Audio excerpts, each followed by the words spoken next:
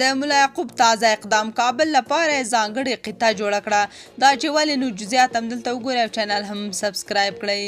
کابل کې د پاکستاني داعشیانو مقاومتیانو او آزادۍ جبهې وروستیو بریدونو او همداراز د داعش لخوا د خبرداري وروسته دفاع وزیر ملا یعقوب داسې اقدام وکړ چې ورسره به د لنډغرو او د پردیو غلامانو پلانونه ناکام شي.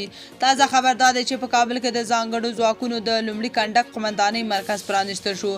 د لومړي ځل لپاره تېره ورځ د دفاع وزیر ملا یعقوب مجاهد په امر د ملي اردو د ځانګړو ځواکونو کمانډو قمندانۍ مرکز د کابل په ګارنیزون کې په هیواد کې د امنیت د لا ښه تامین په موخه پرانیستل شو. مسؤلینو په خپلو خبرو کې د ملي دفاع وزارت په قطعاتو او جزو تامینو کې د ځانګړو ځواکونو د مرکز پرانیستل یو مهم ګام وباله او د هیواد په نورو ولایتونو کې د دغه مرکز د پرانیستلو خبر ورکړ.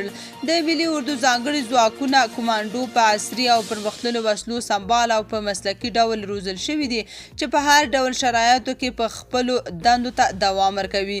دفاع وزارت د ملا یعقوب له قوله لیکلي چې یاد ځواکونه به د هغه شریرو عناصرو پر ضد فعالیت کوي کوم چې غواړي د افغانستان او په ځانګړې توګه د کابل امنیت خراب او عامو خلکو ته زیان ورسوي.